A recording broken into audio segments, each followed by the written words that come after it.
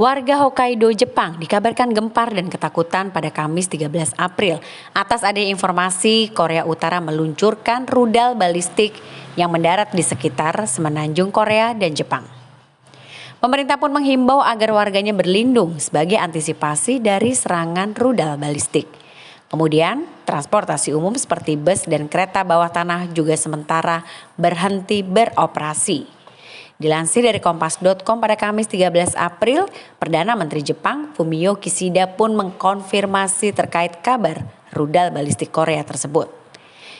Kishida mengatakan rudal itu tidak mendarat di Jepang. Namun, pemerintah Jepang akan terus memastikan keamanan negaranya.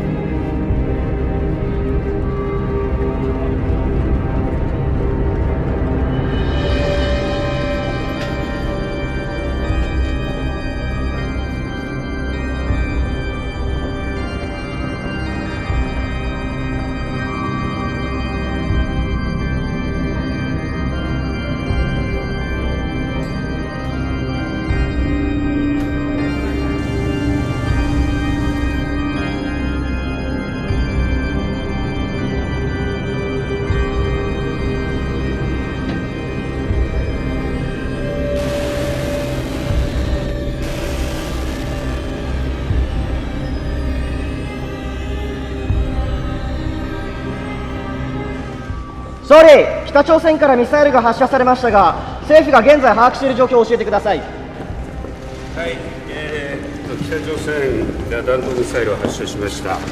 そして弾道ミサイルは我が国領域内に落下していないことは確認をしています。この後詳しい報告を受けた上で NSC4 大臣会合を開催したいと思っています。